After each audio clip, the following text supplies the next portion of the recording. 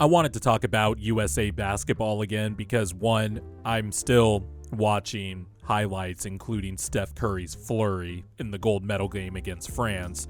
But just thinking about all the storylines, and if you're around my age, which I mentioned before is 32, going to be 33, if you were born in 91, 90, 89, and after that, your era of basketball, at least the prime watching in the 20s and stuff like that, consisted of LeBron, Steph Curry, James Harden, Kevin Durant, all those main characters. And the main characters of that era, of course, are LeBron James, Steph, and Kevin Durant.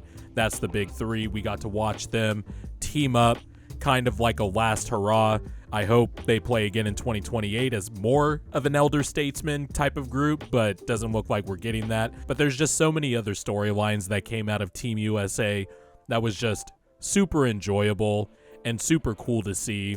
Even Embiid, even though he was getting fucking slandered like no other in the early part of the exhibition games, he ended up getting respect in his moment against Serbia. They don't win that game without Embiid, and they're not in the medal game without that Embiid game against Serbia. But the one cool story that I took out of this is that I am just really happy that the basketball world at large has given universal respect to Devin Booker. And it's not like Booker hasn't gained that respect over the last 3 to 4 years when the Suns basically became playoff contenders, made the finals in 2022.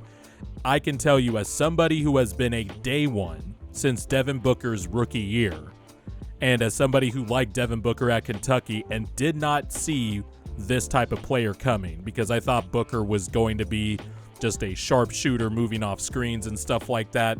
I had no idea about his game in high school and didn't know that he was a point guard and that the player that we see today is even a possibility. As a day one Devin Booker stockholder, it is cool to see him finally get the universal respect that he deserves. And there were people with me on Devin Booker Island, including a lot of Suns fans and people who watch League Pass and are sickos and all that. But lest we forget, early in Devin Booker's career, the labels that came with him. The labels that come with all guards that put up numbers on not so good teams. You know, the good stats, bad team guy label, which was, I think, famously monikered by Bill Simmons, but a phrase that never really made sense to me, especially when you applied it to Devin Booker, because it was just clear as day as he got better in his second and third year and his fourth year. And then the improvements we saw in the bubble when the Suns won, what was it? They won literally all their games but still missed the playoffs. You saw the vision. You saw that his game could be easily translatable to the playoffs just because of the ways he could score, on top of being a really good shooter. Even though it's kind of weird, he's never really shot close to 40% from three in his career, still a really great shooter.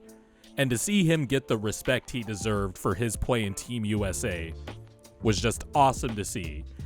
And now I think the broader audience looks at Devin Booker in a different light because of how malleable he is and how malleable his game is. As I mentioned, incredible ISO scorer, beautiful game, beautiful mid-range game, but he can also turn into an off-ball mover, a connector, and defend his ass off, which is what he did with Team USA.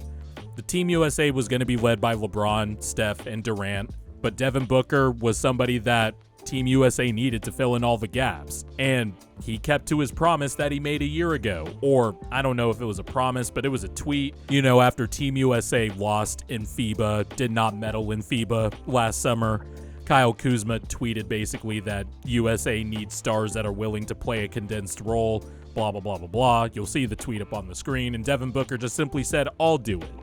And he kept to his word. Every game he played in, whatever the team needed, Devin Booker provided. Off-ball movement and shooting, got that. Off the catch shooting, got that. And he made some big threes. In the Serbia game, he made a big three in the fourth quarter that pulled Team USA within 5. It was off of an inbounds play where he moved off the ball. It was a great out-of-bounds play. And then part of that Curry flurry in the France game, Devin Booker catches the ball in the corner, drives baseline, ends up finding Steph at the top of the key. He's just a constant ball mover and shooting whenever he's wide open, getting rebounds, crashing the offensive glass from the perimeter and guarding the other team's best perimeter player, moving off the ball on defense, fighting through screens, rotating over. Devin Booker just filled all the gaps, and it was really cool to see him show off just what kind of basketball player he is, which is an elite basketball player first of all, but a very versatile and movable and malleable chess piece on the basketball court. Some of the stats from Devin Booker's Olympic run, because, you know, stats were just fucking hard to find on any official Olympic website, so shout out to all the media guys and Twitter people that, you know, were keeping Devin Booker's stats. First of all, Devin Booker, the final plus-minus totals for Team USA through all the games. Devin Booker led the team in plus-minus at a plus 130, which was 28 points better than the next guy, Steph Curry, with a plus 102. Final stat line, 12 points per game. I'm rounding it up. It was 11.7 points per game, but 12, 3, and 3 assists a game on 57, 57, 80 shooting from the foul line. Didn't stop the ball, didn't, you know, go into his dribble packet. He did a little bit early in the exhibition games, and I felt like the earlier exhibition games, people were saying maybe Drew should start instead of Devin, maybe Ant should start instead of Devin Booker. But as the tournament went on, it became very clear that Devin Booker was an indispensable piece of that starting lineup, and he fit well with Steph, obviously, fit well with LeBron. All these players fit well together. Even Embiid, I think, got way too much shit for being a ball stopper, because there was clear ways you could fit Embiid with the other great players, but all these guys fit together, and Devin Booker, to me, fit in the best just because he adapted his game.